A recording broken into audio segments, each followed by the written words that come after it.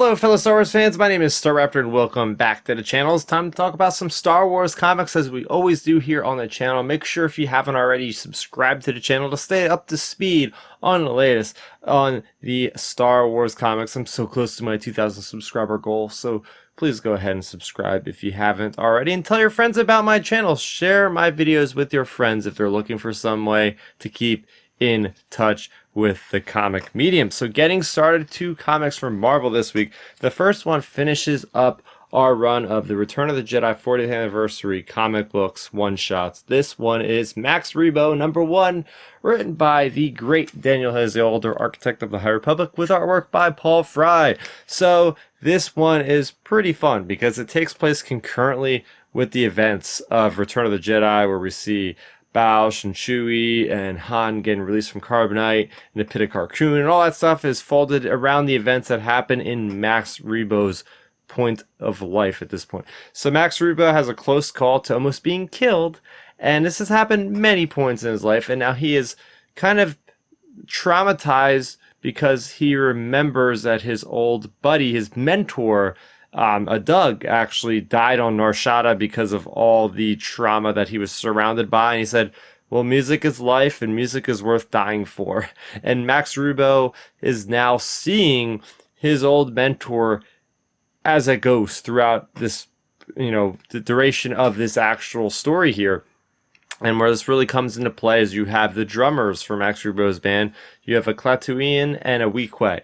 And the Klatooinian is notified to go and kill Jabba by this droid. And then, of course, the Weequay is obviously loyal to Jabba. He goes back to his people, and his people are explaining why he needs to protect Jabba, because Jabba provides them with money, with homes to live in. They've only ever known Jabba. So we get back to the sail barge, and we have the Klatooinian about to kill the Weequay, and Max Rebo intervenes and is able to save the day and realizes that all these sad songs he has written over the time about death, he's going to start a new one with Garza Fwip from Book of Boba Fett. Yes, that woman, that's a Twi'lek that runs that bar, is in this at the end, at the last page. Nice little touch by Daniel Older. He says, I'm going to start songs about life. And so he has this paradigm shift through the events of the story where Max Rebo is able to come to the realization that, it shouldn't be all melancholy all the time, and he has this huge change in how he's going to play his music. So I thought that was really cool, having that music in this, but inspired by certain things that would go through a musician's mind to write different kind of music.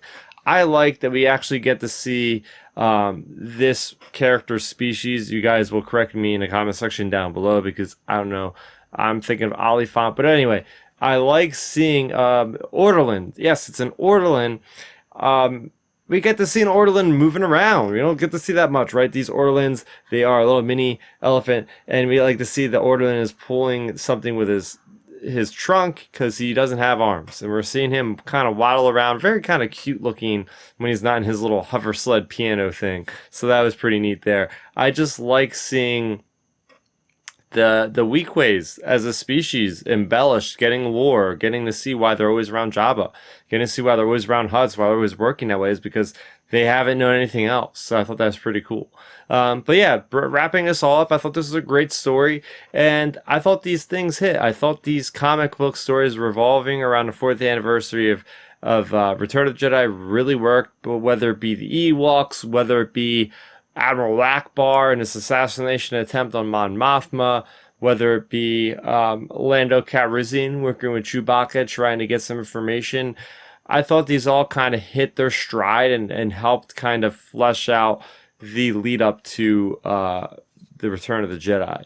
So getting into our next big event here, we started last week with Dark Droids #1. We are getting its full proper tie-in story through the Star Wars flagship series for issue number 37. We have Dark Droids on the cover there. We're going to get a lot of those banners over the next 5 months, guys, so buckle up.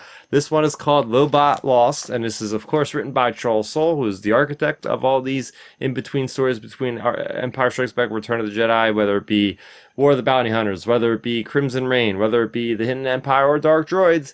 He is the one that's responsible for all this madness and all these crossovers.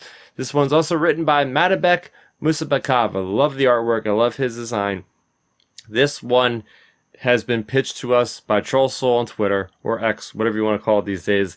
These next 5 issues of Star Wars that are tying into Dark Droids are going to be basically a pseudo-sequel to Charles Soule's first written stories in Star Wars from the 2015 Lando series, where him and Alex Maleev, the artist, wrote about Lando, wrote about that relationship between Lando and Lobot, and what happened for Lobot to basically become like this super quiet, doesn't speak anymore cyborg that we see in Bespin. We get to see that story transfold. And funnily enough, we actually get to see flashbacks from that very issue in this one to flesh out that relationship, that bond between Lando and Lobot, which I felt so strongly in this issue. In this medium, it's sometimes hard for me to connect emotionally with characters, but it's really the writing, really the gesturing by the artist Madabek to really bring this all together. So where are we? What happens in the story? So basically we're on Home One, and we find out that Lobot has like this post-traumatic stress effect thing that happens with his implants, where he's able to not, he doesn't actually commit to this, but it just happens automatically, where the Home One is trying to target his ship and blow it up, because remember, these implants are Imperial made, and apparently in his lifespan, things are starting to go wrong, to the point where Lando finds out that he is going to eventually die if he does not figure out a solution to this problem. And Lando, remember, way back when, had sold the talk-back droid, or the talkie droid, to Jabba the Hutt, and now Jabba the Hutt has him.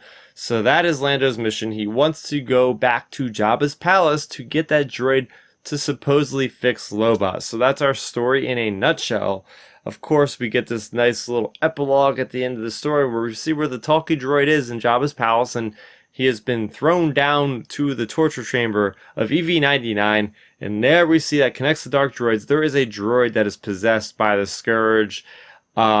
So what the heck is going to happen when the Scourge invades and infects the talkie droid? Things are about to get crazy. Can you imagine if Lobot gets possessed by the talkie droid? That's going to be nuts. But yes, I absolutely loved that this dwelled on Lando's perspective and where he falls right now in the Rebel Alliance. Is he still one foot in the underworld?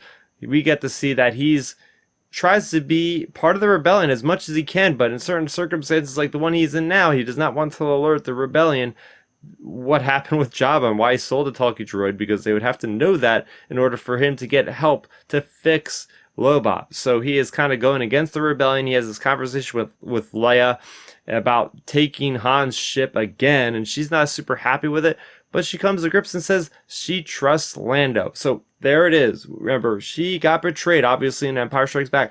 This is the moment, getting close to Return of the Jedi. There's been a couple missions. Lando's inspired. You see him inspiring these troops. I love that embellishment where we're seeing people coming up to him and congratulating, telling him he's doing such a great job, and he's getting pumped up. And so we get to see that evolution through the comics of how does Lando, going from a scummy guy that sells out Han and Leia and the crew to being a respected general of the Rebel Alliance fleet. Well, we're starting to see that story starting to propel itself forward. So that I absolutely love this issue. I think this is off to a great start. I cannot wait for issue number 38. We won't have to wait much longer. That'll be out in September. But for those of you that are on the channel right now, thanks again for being on the channel, for watching our videos here, because we will be doing a podcast every week, as we always do, 7 p.m. on Sunday. We're not doing one this week, but we'll do one next week. I'm also part of the Ion Cannon Tractor Beam YouTube review show with Matthew Neugebauer. So you can look out for that. I will link that. Just follow me on Twitter or on X, whatever you want to call it. Twitter.com/Starrapter for more news and links to that. But that's going to do it for me, Starrapter. Thank you so much for watching, and may the Force be with you always. Thanks for checking out the video. Please hit that thumbs up symbol. It helps me know that I'm making content that you guys enjoy. And if you enjoyed this video, I also include 2 videos down below you guys should check out. And please consider subscribing to this channel. It helps support me, and it notifies you guys of when I get new videos up on the channel. You can also contact me on Twitter, Facebook, and Instagram @Starrapter.